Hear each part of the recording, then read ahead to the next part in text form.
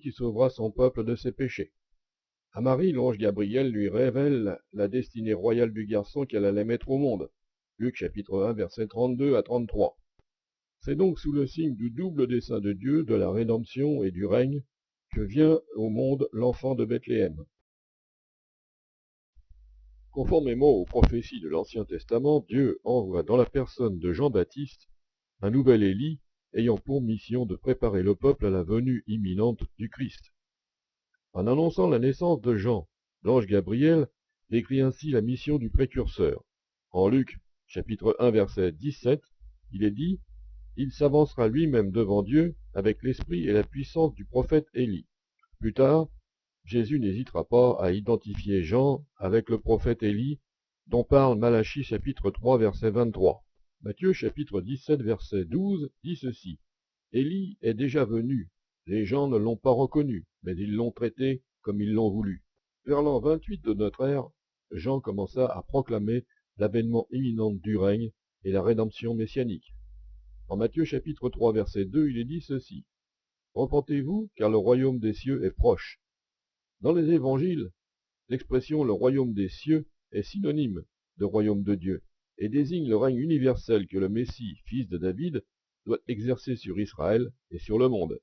Jean annonce au peuple que ce règne est tout proche, que Dieu est sur le point de remettre à un descendant de David l'autorité suprême, comme il l'avait promis de le faire par la bouche des prophètes.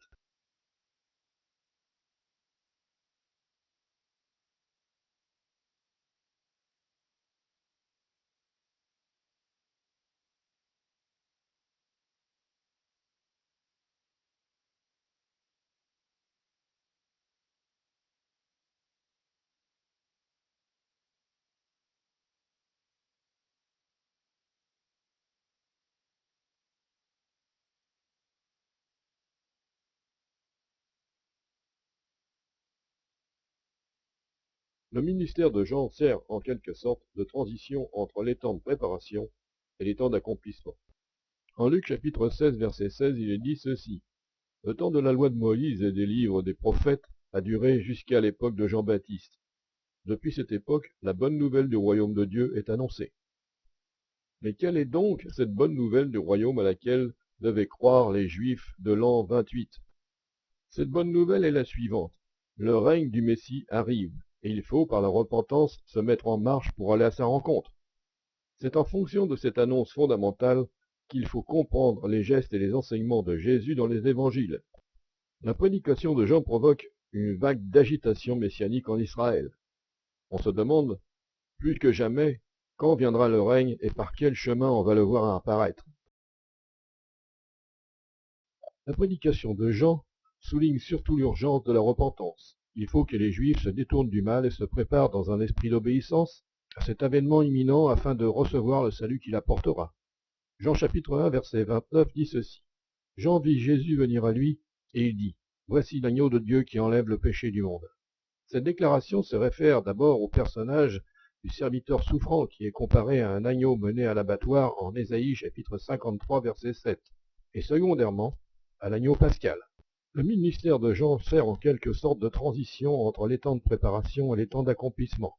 Luc chapitre 16 verset 16 dit que le temps de la loi de Moïse et les livres des prophètes a duré jusqu'à l'époque de Jean-Baptiste.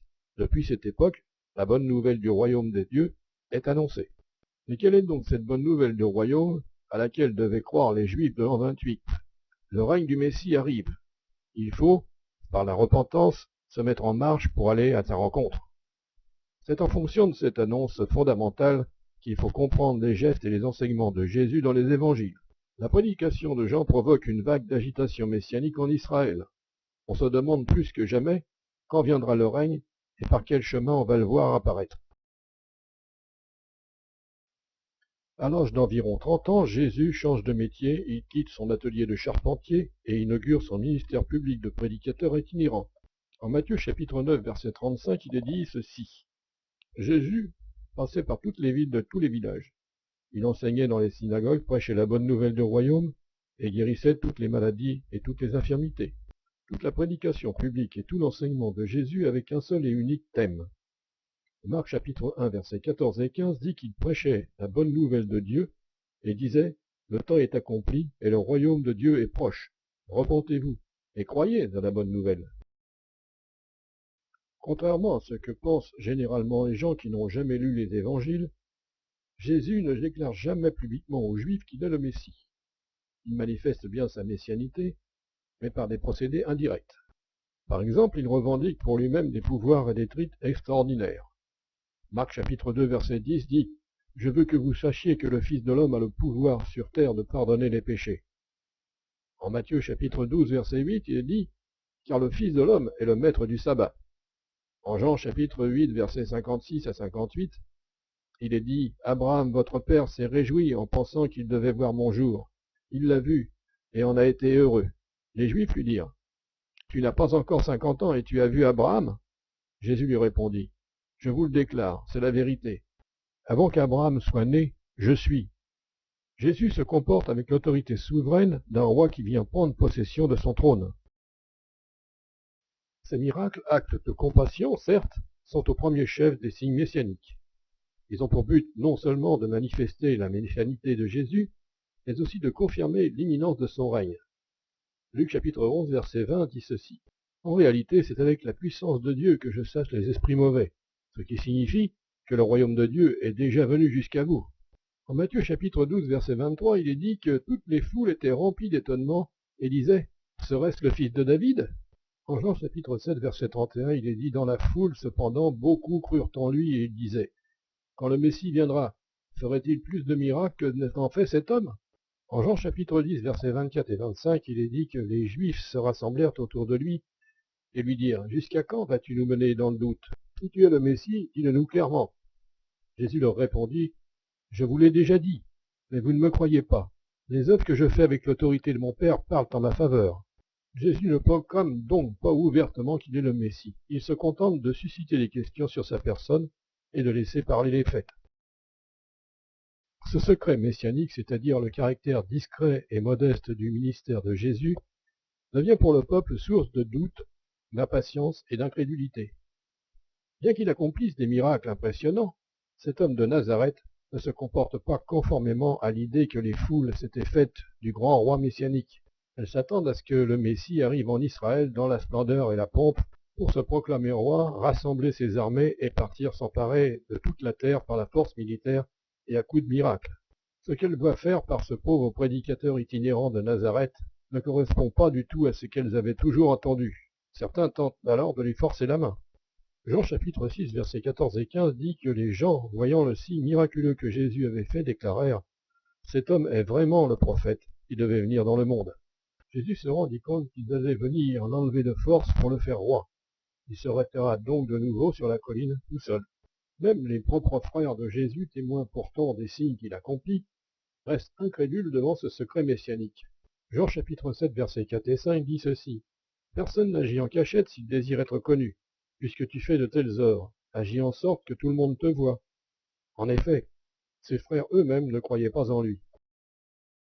Quant aux chefs religieux du peuple, ils auraient dû être les premiers à reconnaître l'autorité de Dieu qui se manifeste dans le ministère de Jésus et les premiers à y croire. Et pourtant, aveuglés eux aussi par des préjugés et par une mauvaise foi, ils ne veulent voir en Jésus qu'un imposteur dangereux qui risque de mener le peuple dans une révolte perdue d'avance contre Rome.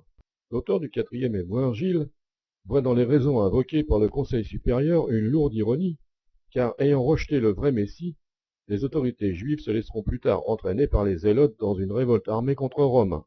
Cette guerre aboutira justement en 70 à la destruction du temple et à la fin de la théocratie mosaïque. Au terme de son ministère, Jésus finira par confesser ouvertement qu'il est bien le Messie. Il fait cette déclaration sous serment devant le Conseil supérieur et signe ainsi son arrêt de mort.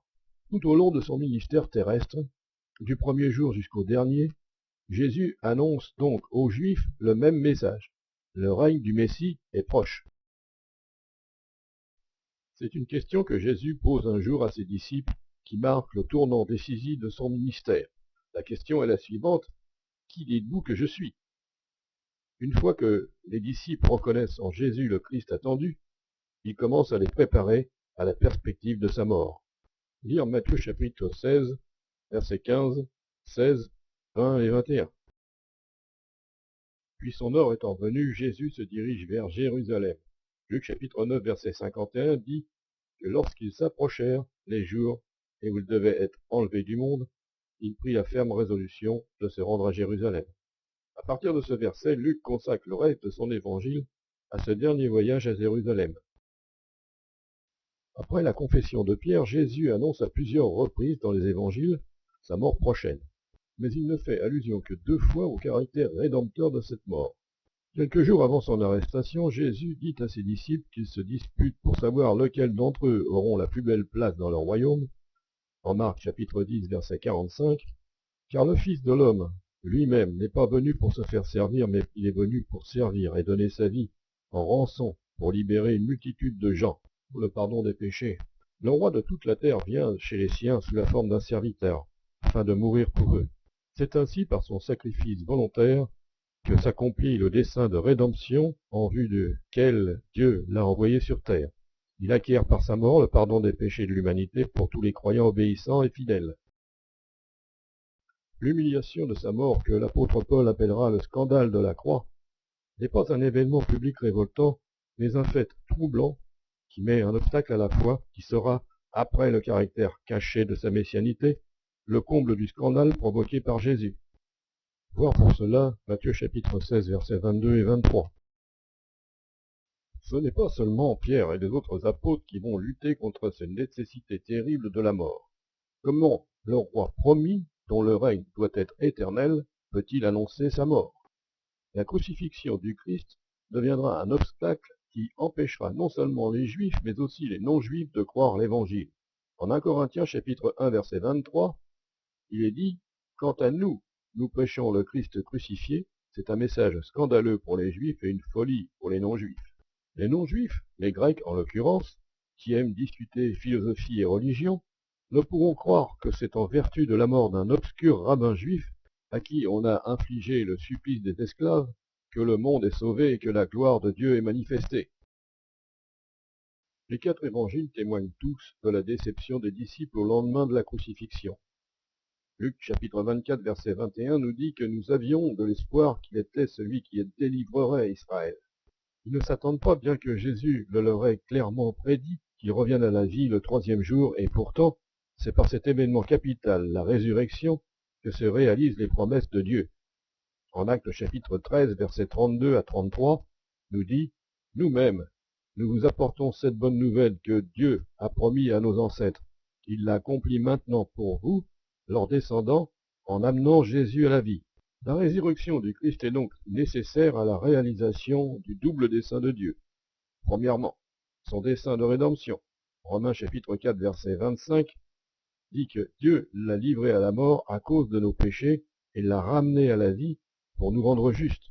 Le Christ, par sa mort et sa résurrection, a tout obtenu en ce qui concerne notre pardon. Et de cela, nous pouvons en être certains puisque c'est Dieu lui-même qui l'a attesté en le ressuscitant. La résurrection est la preuve tangible que Dieu accepte la rançon que le Christ lui a offerte pour racheter les hommes.